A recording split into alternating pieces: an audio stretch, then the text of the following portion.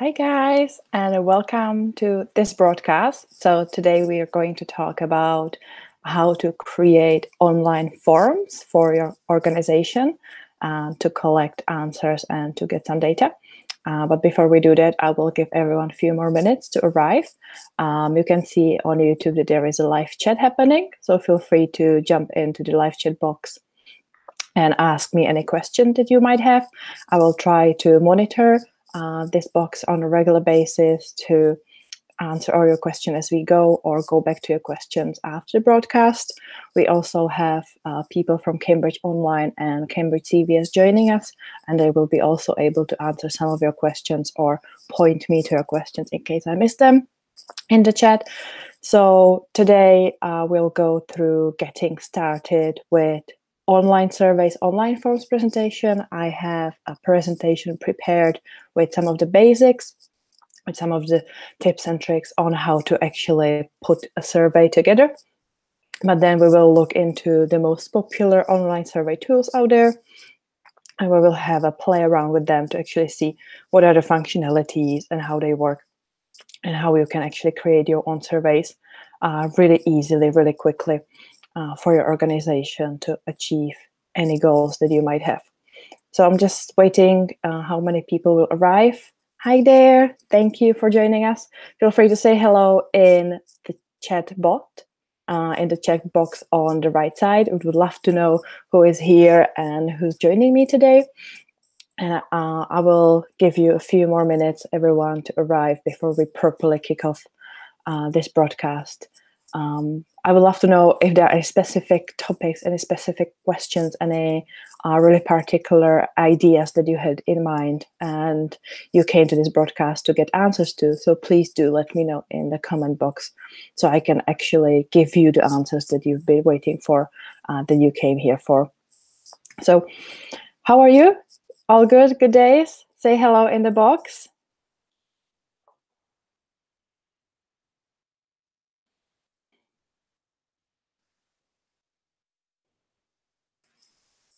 And we have 6 people already here, so thank you and welcome.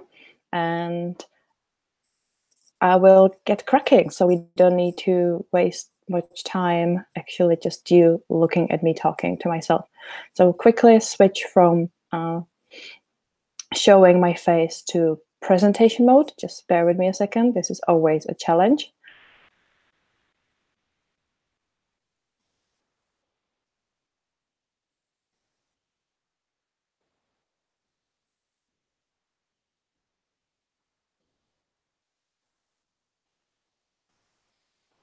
Buttons keep hiding each other, so it's always fun to find the right buttons. So here we go. Broadcast, screen share. So here we go. So hopefully now you should be able to see my screen. I'll just quickly check the video to get some response. So hopefully you will start seeing this video any moment now. And I should be sharing my screen, and let's do this. So hello and welcome to getting started with online surveys. As you can see in this image, there are 4 main survey platforms out there that we will be looking at. It's Google Forms, it's Typeform, SurveyMonkey, and Infiniforms.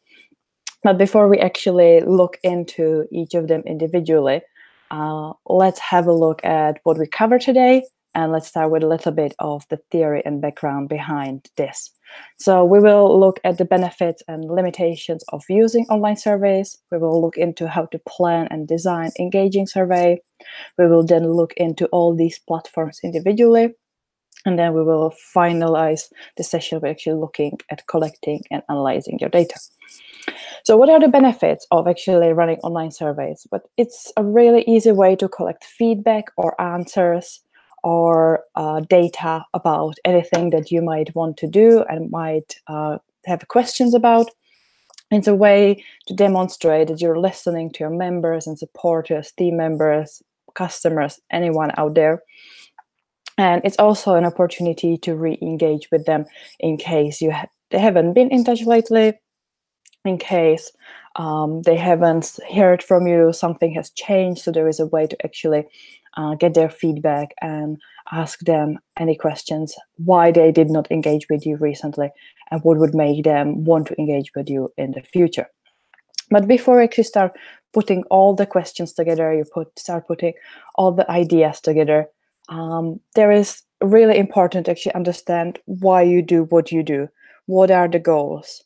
What are you trying to achieve? Because if you don't know what you want to learn, if you don't know what you're trying to achieve, what metrics will tell you that you're actually achieving what you want to be achieving, that you will not be able to get any relevant data. You will not be able to get the results that you're looking for.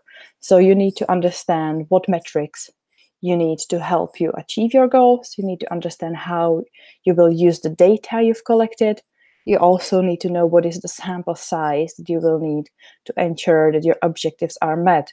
You need to understand that if you get 10 responses, is it a sample big enough to give you a clear idea, or do you need more? What is the percentage of responses do you actually need to get?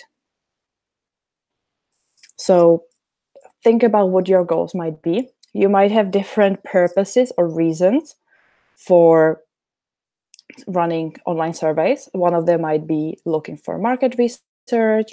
You're trying to check customer satisfaction. You are running event, course, training, feedback survey, or you want to engage your employees or student or community. You're planning a new service, so you're looking for pre-registrations, or you want to just do it for fun. You have some quiz that you want to run, or do an assessment, and anything like that. So there are lots of options, that reasons why you want to run an online survey. But obviously you need to understand all of these goals before you start putting your survey together, to understand the differences that there might be there.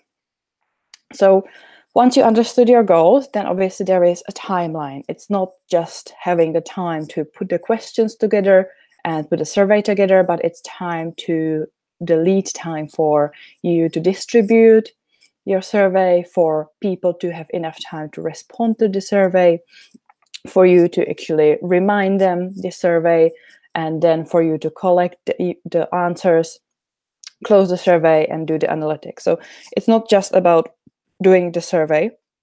There is more to it.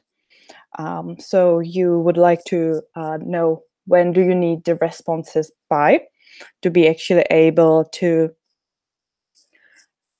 reverse engineer when you need to put it out there, when you need the responses by, when do you need to start working on it.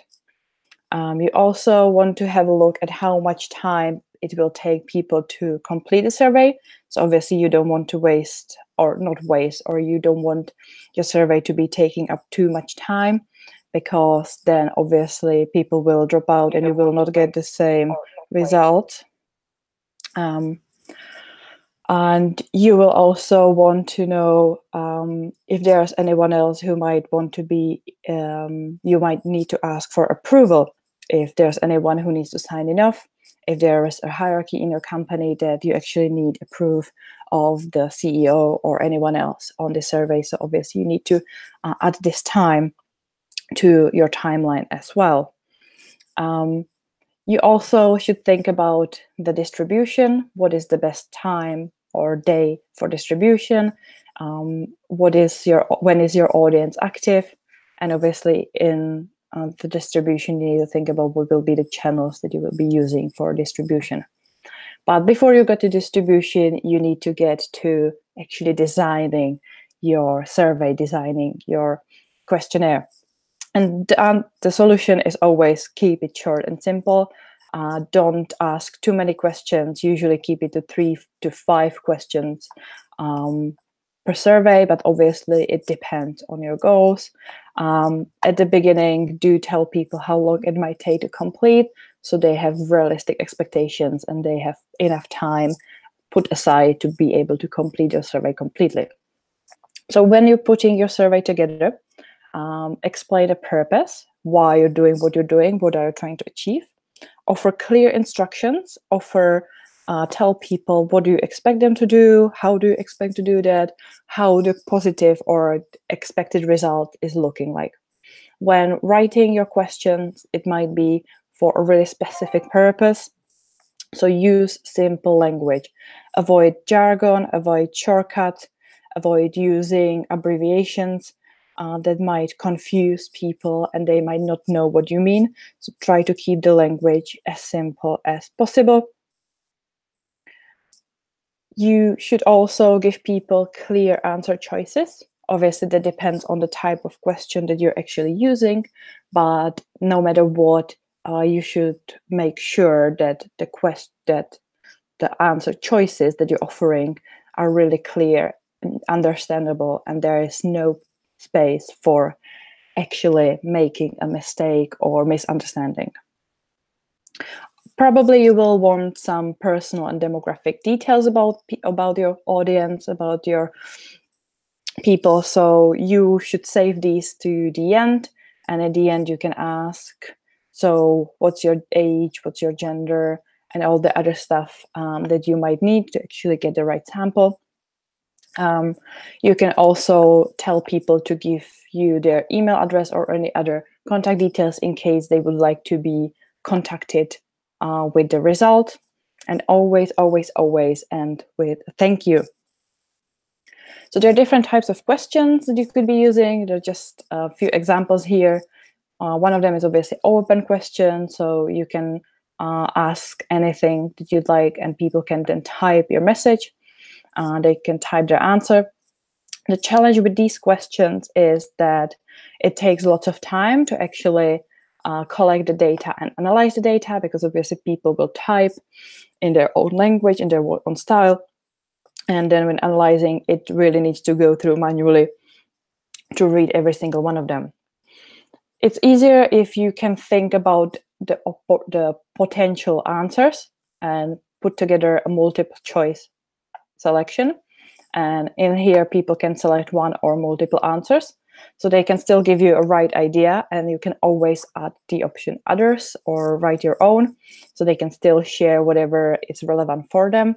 But it makes it much more easier for you then to analyze the data, because you pre-created some of the answers that people just can click. Obviously, you can then create a matrix of multiple responses, which can be yes, not sure, not, and other options. Or you can use different types of scales from on a scale 1 to 5, when 1 is not at all and 5 is very, and you can ask different questions or put together different statements which people then can rate on this scale. This is just a short example of the types of questions you can be using in your survey. Once you have the questions together, you know what the content is going to be, then obviously you will start thinking about design. And that's where most of the online platforms will come in play, because they will help you with designing your survey. But there are still a few things to keep in mind when putting a design together. Always start with a simple introductory screen where you explain, again, what is this survey about, what are you trying to achieve, and give some guidelines on how to use it. And you can also add information about how long it will probably take to finish the survey. If you don't know this answer, do a beta test. Send your survey to a few of your colleagues or friends or people in your network to actually ask them to measure how long it took them, and you can then put this number into your survey as well. Make your design and make your survey really accessible, easy to read. So use simple words, but also use easy to read font, use big letters, use easy design with enough white space around. Do not clutter too much into a sentence or a page. Use bullet points to break it down to make it easier for people to understand. When designing, make sure that you keep it on brand, that you're using your brand colors, brand fonts, visuals, that there is logo, so that every single piece of content that you put together is actually aligned with your brand. If possible, use the visuals. So sometimes if you're asking people about their questions, it's easier to demonstrate it with an image. So if you have photos, or you can use icons, that demonstrate what you're actually talking about. It's more engaging. People are more likely to respond and stay engaged with your survey if you use visuals, as well as it makes it sometimes easier for people to understand what you're trying to say if you show it in a visual form. So now you know why you're doing what you're doing, you know what is the survey about, what questions you might ask, and how you're going to design it, and you're ready to put it together and you're ready to put it out there.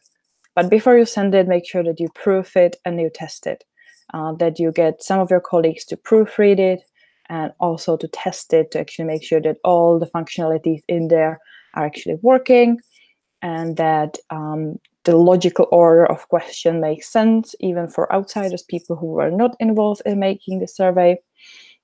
And after you've collected a first bunch of answers, make sure that the answers actually give you the data that you've been looking for. So look and double check if the survey objective was clear, if the questions were really clear and easy to answer, and if the format of the questions, be it multiple choice, ranking, scale, and so on, were effective in measuring. And obviously, always try to keep your survey shorter. So look at it again. Are you using only the minimum number of questions? Is there something that might be a duplicate question? Is there something that could be included in a previous question to actually be able to use less questions? So double check if the survey is not too long. So this is the theoretical part, and to just give you an idea of what to think about when putting a survey together. And now we will have a look at the survey platforms that are out there available. There are 4 main ones that I've been using. One of them is Google Forms, Typeform, SurveyMonkey, and Infiniforms. Just so you know, I am not a professional survey user, so I don't do, my main business isn't doing online surveys, but every now and then I do need to use these surveys for my business, and I've used all of these in past, so I'll just give you my opinion. Someone else might have a different opinion, and before you decide which survey platform you're actually going to use, I would highly recommend you give them a try and actually explore a few of them to decide which one works for you the best. The first one is Google Forms. If you've ever used Google Documents, if you use Google Docs or Google Spreadsheets, it's just the same online alternative of traditional Microsoft Office packages. And one of them is Google Slides, which is the slides that I'm using for this presentation. Another one of them is Google Forms. And it's a really simple tool that allows you to build online forms and collect responses. So this is an example, and you can see that you have a scale of different types of questions. So people can scale from not very to very much. They can actually write a short answer. They can click on multiple choice options, and they can write down. And it's really simple, really minimalistic using. You can see that you can add questions on the right side over here. You can add title, description, and change. You can add images, add videos, and add sections. You can easily just click wherever you want to make an edit, and you can see it's highlighting the place, allowing me to edit instantly. If I decided I want to drag and drop, I can move it around to actually change the order of questions. I can also customize the design. So by clicking on this palette over here, I can upload the image. This is now the header image. I can change the theme, color. I can also create my own color, and I can choose which font I actually want this to be. So it's really basic, bare version, but it works really nicely if you're looking for something really simple. Then if you look in the responses, it can be as a summary or individual, and you can also easily export it to a spreadsheet if you would like to do something more with it. You can also switch it on and off if you're accepting responses or not. And here you can see all the results in really simple data metrics, in really simple graphs, be it a graph on a scale or be it a graph as a pie chart, actually showing you the result. So it's really easy to use. It's really the basic option. The second option, and my favorite option, is Typeform. It is really simple, minimalistic interface. So this is the dashboard when you load there, and you can see that there's already some prepared questionnaires. But what I like the most about this platform is that they have lots of templates that you can choose from, and that you can really easily edit to work for your event, to work for your purpose. So you can see that they have different topics, different styles, and different layouts. If you're not sure how they might look like, you can also click on Show Me More Templates. And in here, you can also have a play and see how this particular template, how this particular questionnaire actually works and how it looks like. So if I want an event registration form because I want people to come to my event, or I want to know more about people coming to my event, I might want to use this one. And again, I can just try and see how it's working here and how it is built, if it's the type of questionnaire that I'm looking for. If yes, I can use this template, I can always start from scratch. What is really beautiful about this platform is the simplicity. I like how minimalistic it is, but it's really user-friendly. It works in terms of drag and drop. So this is another survey they have created. You can see that it's on brand, it's in the colors, and you have two kind of main streams here. This is the back end. This is how the whole survey is built based on questions. And this is how it actually then looks like at the front end. So on one screen here, you can see both of the versions of the backend and the meat and the bone of your survey. And at the same page, you can actually see how it's going to look like in the front end for your people.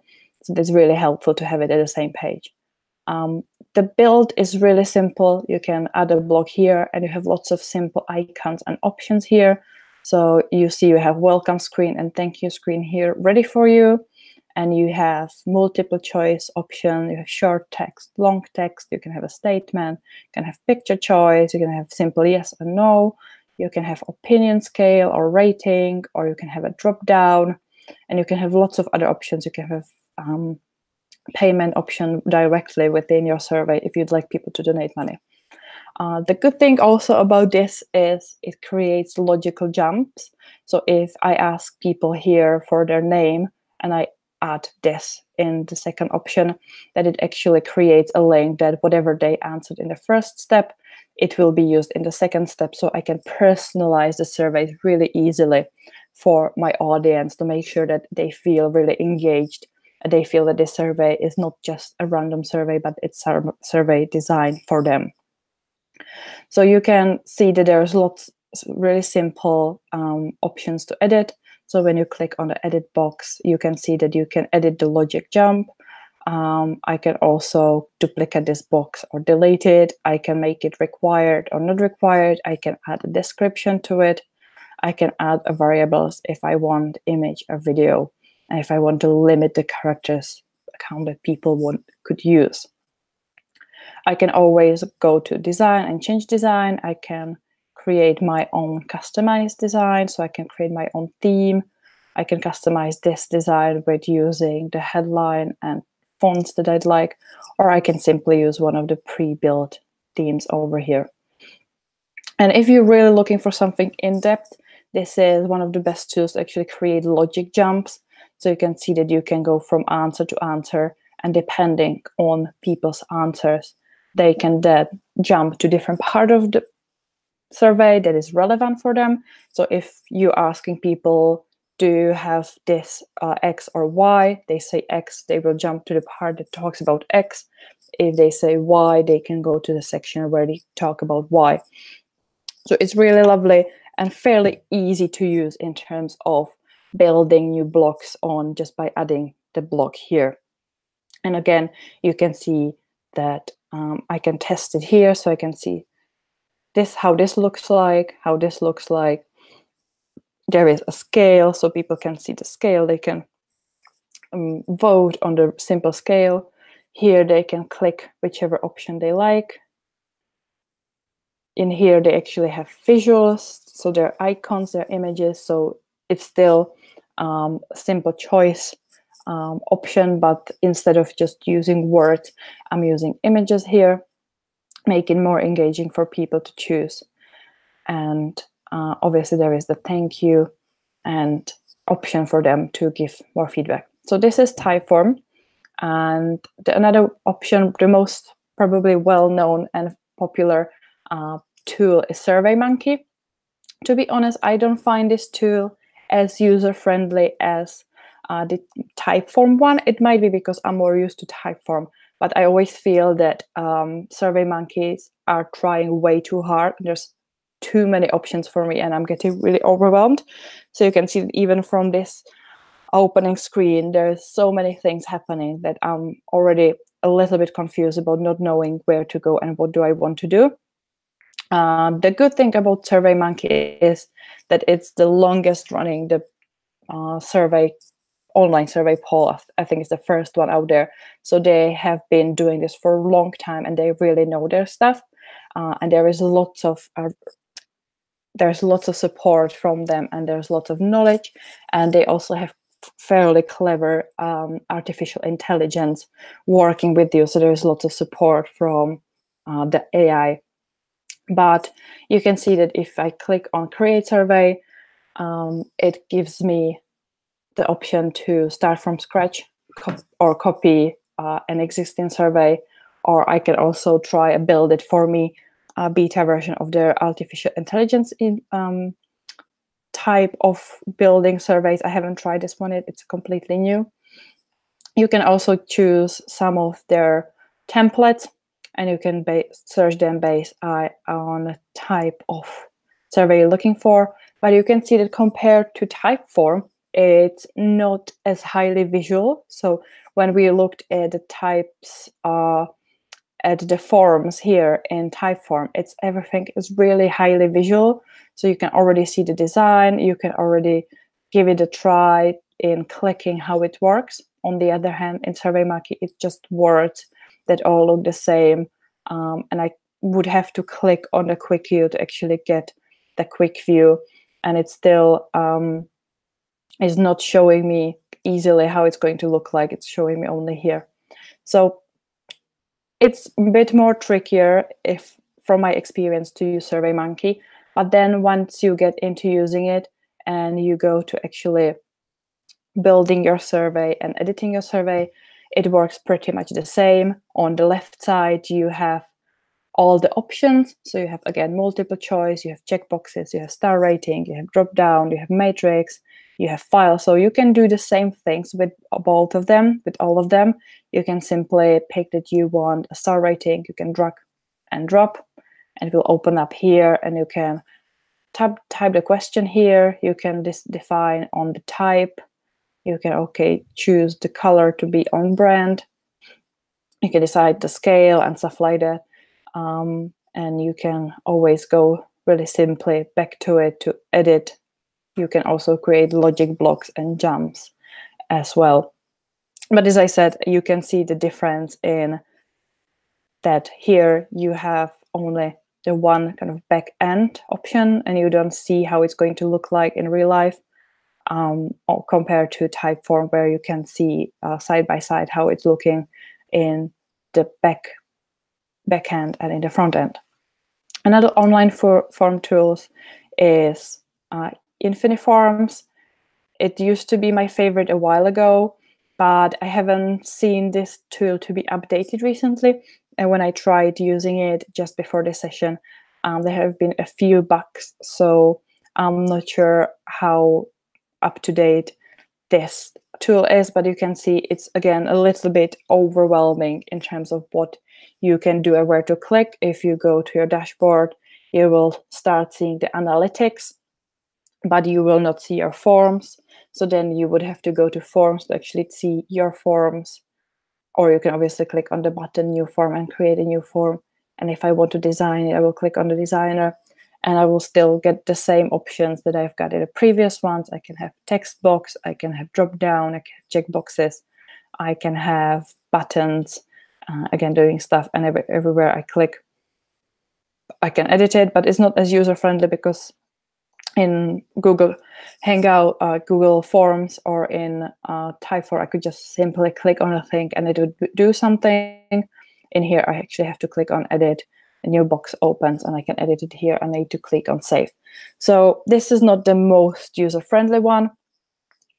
So I would say use my Typeform or SurveyMonkey, or if you're looking for something really simple, then even Google Forms can work really nicely. And I just thought that we can do a real life survey building just to give you a little bit more insight of how to build it. So I have prepared some questions that I would like to ask my audience for my conference later this year. And I would like to use Typeform to actually put this together. So you can see that I've already planned the session here. I've put some copy together. What is the purpose of the survey? And I have some questions that I would like to ask people. And I would like to use one of the templates here in Typeform. I had a brief look around, and I feel that event registration might work just about right because it asks about name, it asks about website URL. I might change it to actually the Twitter handle, which is more relevant for me. It might be nice to actually know where people heard about this conference from and all the other stuff. So you can see that this has fairly relevant options that shouldn't be that difficult to edit for my own purposes. So I will click on use this template, and it will open up the editor for me in here. So I can see that the line is, okay, it says the annual is here. So I can then simply click on this and edit it to whatever I would like this to say. So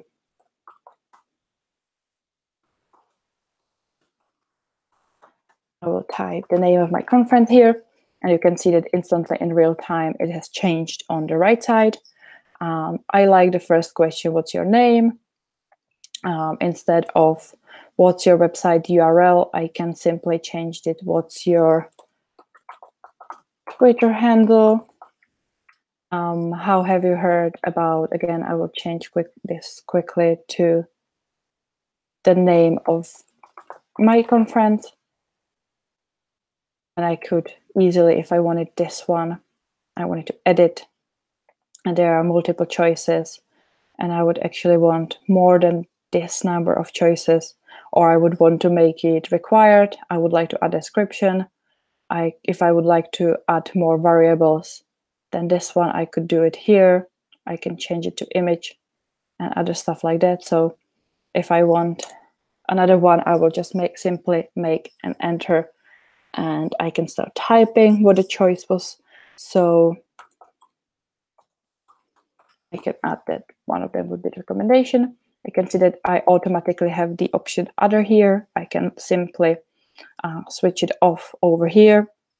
And I can also randomize the answer order. So if I want, just to make sure that I'm not putting anything on the top to make it as a prejudice, then I can randomize this in here. So you can continue here to what's their email address. I might want to ask that, I might not.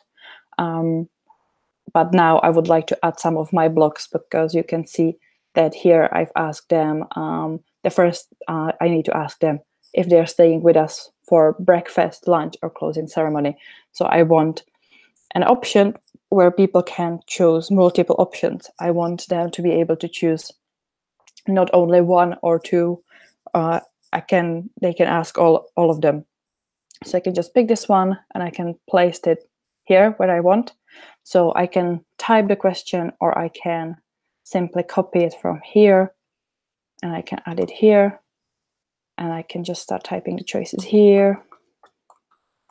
It's breakfast, lunch, what are other options, closing ceremony, and after party. I can also add some emoji. So if I want to make it fun, I want to make it a bit more engaging, I can add emojis and I can search for some breakfast related and lunch related emojis and make it a little bit more engaging. So people then can click over here, over here, over here. I can make sure that this one is required because I really need these answers for my catering.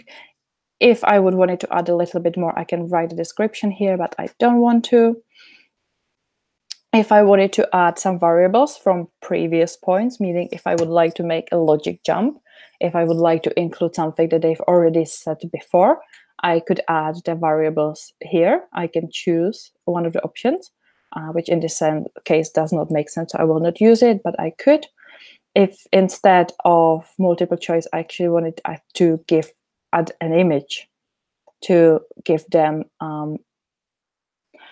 bit more example of how the food might look like. So I might want to have search for food, and I might want to add an image here to again break down the text a little bit, make it more engaging, and show them how the real food is actually going to look like. I can allow multiple selection, so it will add an option here that says choose as many as you like, because obviously we want people to be able to choose if they're coming for 1, 2, 3, 4 or the whole day. And we will not randomize this one because it makes more sense to keep it in an order as we go. So then the other question was picking a diet, if anyone has a specific diet. So again, based on the fact that I'm asking people what is their diet, if they have any special requirements, I might need another multiple choice, or I could potentially use a picture choice. So which is similar to multiple choice, but I can again illustrate by images. So I could type, is your diet, and give them options, and then I can add the options here. Again, you can see that I can directly search images within Typeform, that they have lots of lovely stock images prepared here for me that I can search and type for. So if I want make sure that I have dairy-free version, so I can pick milk, I can add image, and this option will be dairy-free, and I can add more options by just simply clicking enter. So this one is really simple, really easy to edit, really easy to use. It's really fun to play around with the images, or I could use these as a video. There's lots of options to play around, but it's fairly simply and straightforward. And this is for free, so you don't need to pay for this service. The only thing that you will stay here is this tiny little button that says powered by Typeform, but there's no need to worry about this because everyone is using free tools. If you're really, really expert user of surveys, obviously you can see that you can upgrade and you will get some additional features. But I think that for most of the basic surveys that we might need to ask our audience, that the free versions that all these tools allow us to use is just enough. For example, if I want to show you the difference between Typeform and Google Forms, I still have the similar type of questionnaire. So I can again go here and I can take this option, use the same. I can again click quick. I can add option 1, which was breakfast. I can add option 2, which was lunch. I can just simply add it as a dinner. And I can here choose if it's multiple choice, if it's short answer paragraph, if I want checkboxes, whatever it is. I can again here add the option add other, and I can make sure that it's required. I can also add image here the same way. I can upload from my all computer, or I can search the whole internet over here by the Yoga console. Just to be clear, when we're searching, make sure that you have permissions to use these images. So you can see that this is fairly straightforward using these type forms. You can build it the way you need to have it. You can simply drag and drop, and you can remove and edit really easily. So once you have done your survey, once you've actually built a survey in one of these tools, then it's the time to start thinking about promotion. So obviously, you need to find your respondents, and you need to find people who will answer your survey, who will fill your survey. And you need to find how you're going to reach them. Is it a closed survey for people who are already on your mailing list? Or is it an open survey that will go to the general public? Is the survey being distributed by email, social media, website?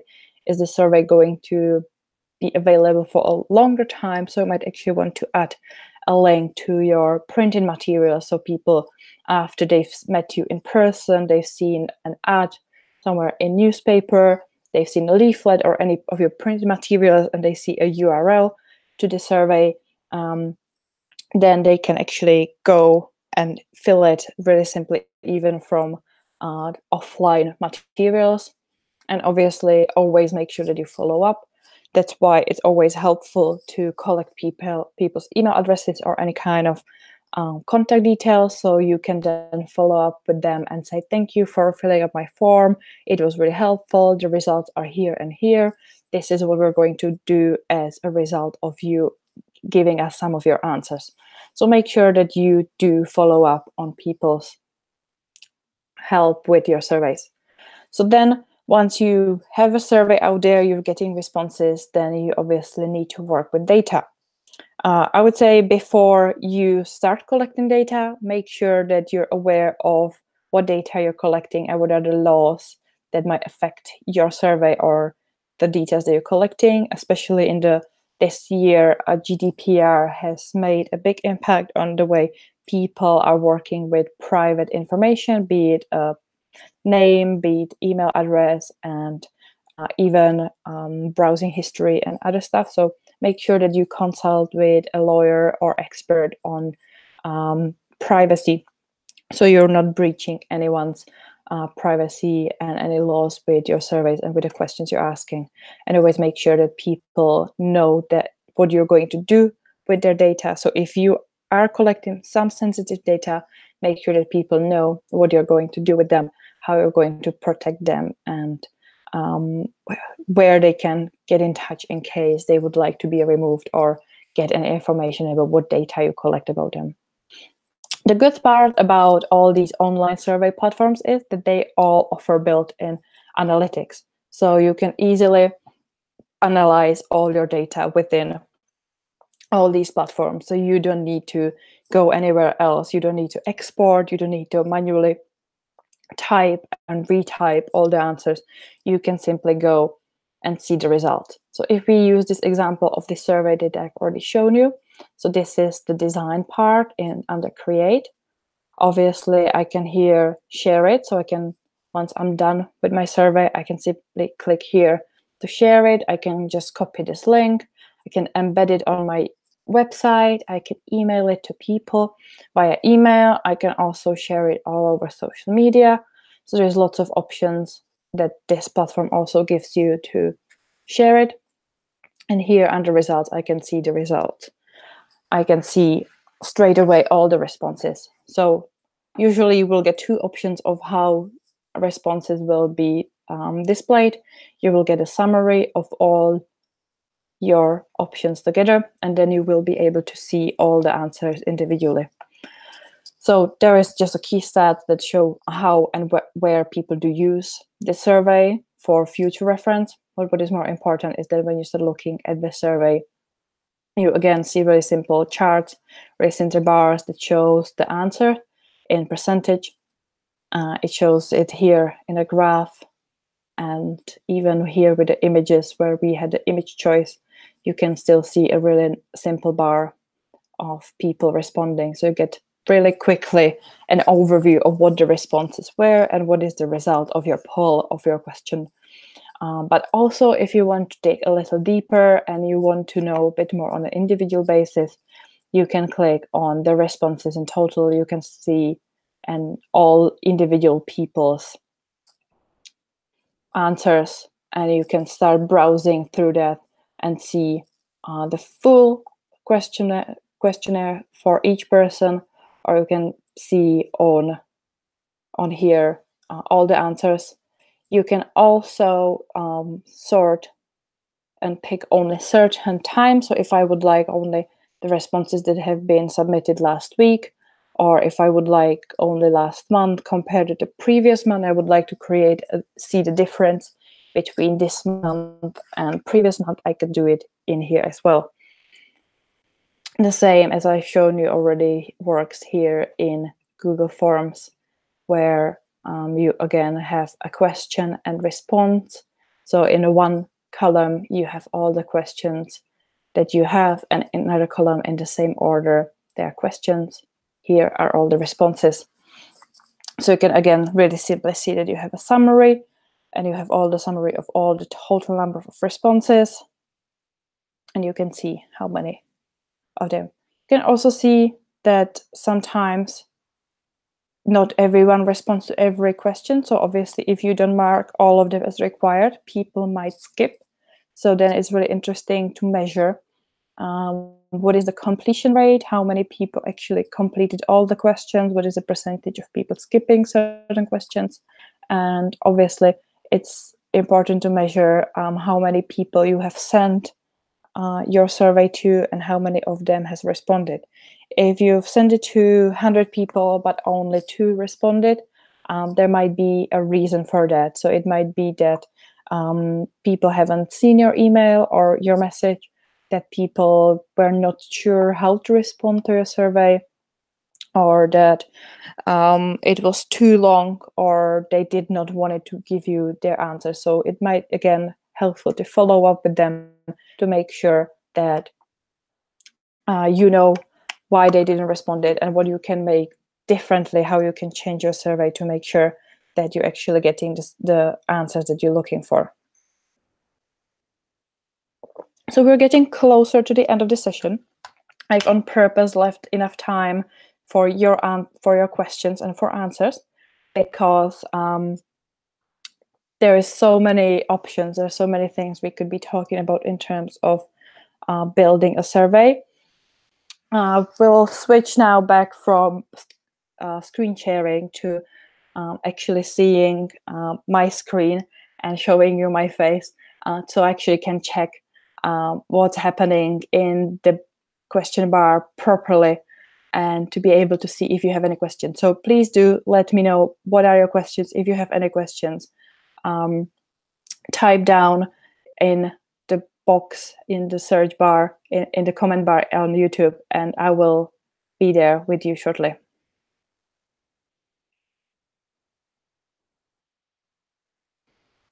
Hi, so let me know if you have any questions, if there's anything that I haven't answered, if there's anything that you wanted to get out of this session, if there's anything that you felt it wasn't clear enough, that I went through way too quickly, you would like to go in depth in a particular question, particular part of this session, do let me know now in comments.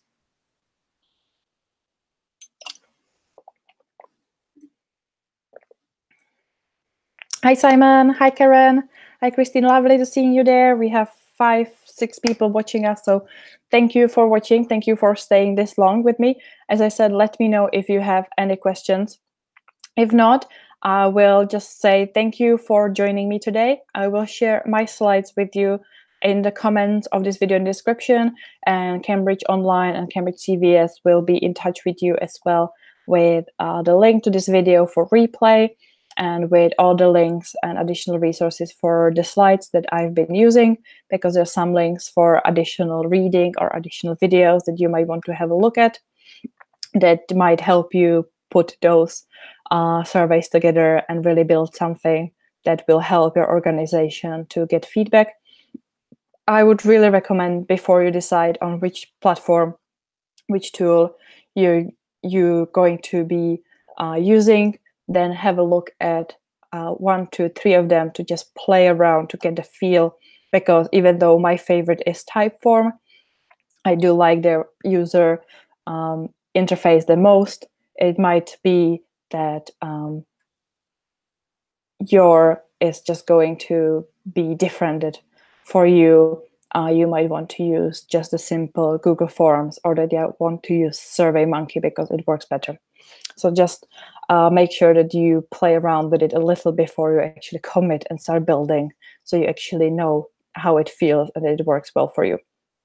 Karen asks, what do you think is the best platform for sharing surveys on? Well, that really depends on what the survey is for. What is the purpose of your survey? You might want to have a survey only for some of your members or your community members or your employees.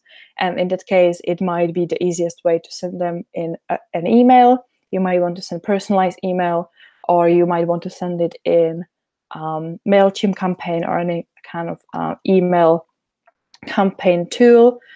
If it's for public use, if you want to collect as many answers as possible, then again, it depends on where your audience is hanging out.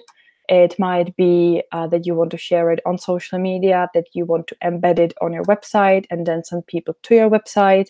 You might want to actually follow up with a phone call to people. So if you know who you want answers from, that you want to send them an email, and in the email ask them to fill the form, but also say that you will follow up with a phone call in a few days, weeks time. So it really depends on what the goal is and who are you trying to reach and who are the ideal respondents of your survey.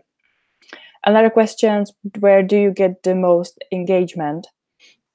So again, it depends on what is the questionnaire about. What is the survey about? What is the survey form for? I don't know which one of these platforms actually offers the best engagement. It really depends on the audience and what the type of survey you're putting together. In terms of keeping audience really engaged and following through with your survey, I would say keep it simple, keep it short, keep it visual, and don't make every single question required. Make sure that you have a mixture of required questions, but also questions that people can easily skip to make it easy for them. And as I said earlier, make sure you give them a timeline of, okay, this survey will take you 60 seconds, 3 minutes, 5 minutes, whatever it is. So they know how much time to put aside, and then they're not surprised halfway through that, oh, it will take me not 60 seconds, but 5 minutes to complete this. And obviously, the more multiple choices and clickable options you use, the less you force people to actually type something down, the higher chance of them to just quickly go through and do it. I would be also wary about on which device people will be using your type form, your form you will be using. So if it's going to be desktop, or if they will be using it on mobile. So make sure that whatever you do, it's mobile friendly and tested on mobile devices as well. So it might also affect the way, how many responses and how people will engage with your survey. Any other questions? Do let me know at any time. You can find me all over social media. You can find me on my website, lenkakopova.com, or you can find me on Twitter, which is probably the best place to find me.